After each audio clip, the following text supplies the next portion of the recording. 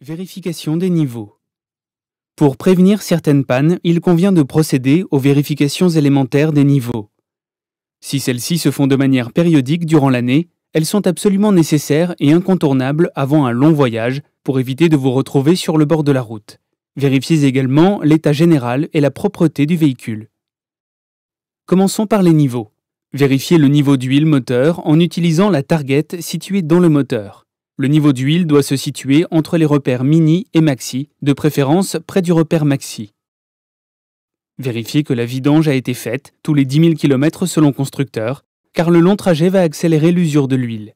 Vous risquez de voir un voyant rouge s'allumer, synonyme d'arrêt immédiat. Avec la vidange, on vérifie généralement les filtres, air, essence, huile. Vérifiez le niveau de liquide refroidissement, sans quoi votre moteur risque de surchauffer. Le niveau doit être également près du repère maxi. En cas de surchauffe, vous devrez vous arrêter en plein trajet pour au mieux ajouter du liquide de refroidissement, si vous en avez pris avec vous, et au pire attendre une dépanneuse.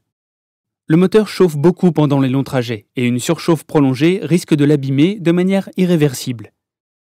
Si vous devez compléter le niveau du liquide de refroidissement à chaud, n'oubliez pas que la pression due à la chaleur du liquide peut entraîner des projections de liquide brûlant.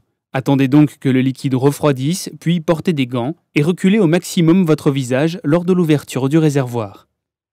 Vérifiez, là encore, sous le capot, le niveau du liquide de frein. Un niveau trop bas ou un liquide usé peut entraîner un mauvais fonctionnement des freins. La perte de l'efficacité du frein à 130 km/h sur les voies rapides de votre trajet peut avoir des conséquences dramatiques. Vérifiez enfin le niveau du liquide de lave-glace et le bon état de vos essuie-glaces.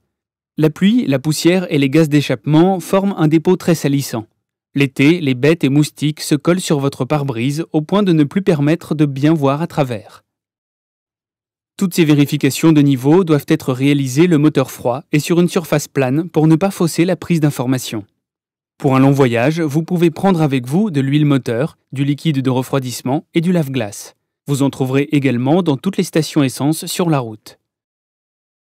Vérifiez ensuite l'état de vos pneus et avant tout des sculptures, crampons, qui permettent aux roues de bien adhérer au sol et de chasser l'eau en cas de pluie pour ne pas glisser.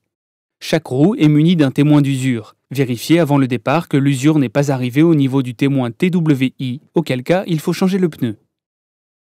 Surveillez aussi la bande de roulement et les flancs des pneus. Vérifiez l'absence de clous, vis, déchirures ou hernies, bosses sur le côté du pneumatique et que les pneus ne sont pas anormalement dégonflés.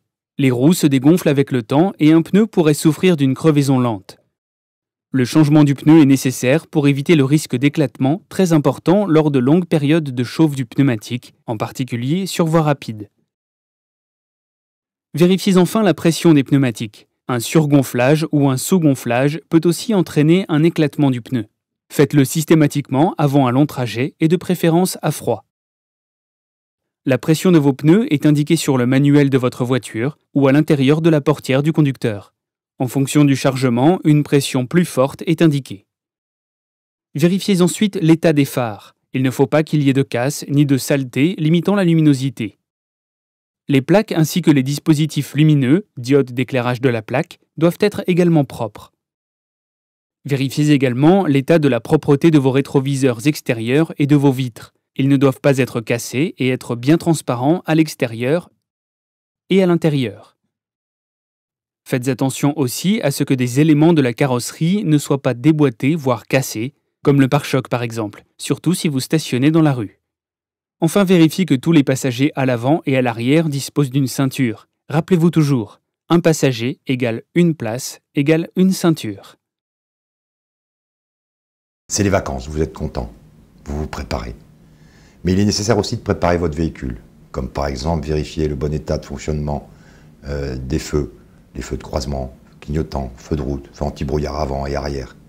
Mais aussi les fluides du véhicule, tout ce qui est fluide, l'huile moteur, le liquide de lave-glace, liquide de frein, éventuellement liquide de direction d'assistance de direction, mais aussi liquide de refroidissement qui permet d'éviter une surchauffe moteur si vous vous retrouvez dans un bouchon, à avoir une casse moteur, à devoir appeler un dépanneur. Ça vous permettra d'arriver sereinement sur votre lieu de vacances.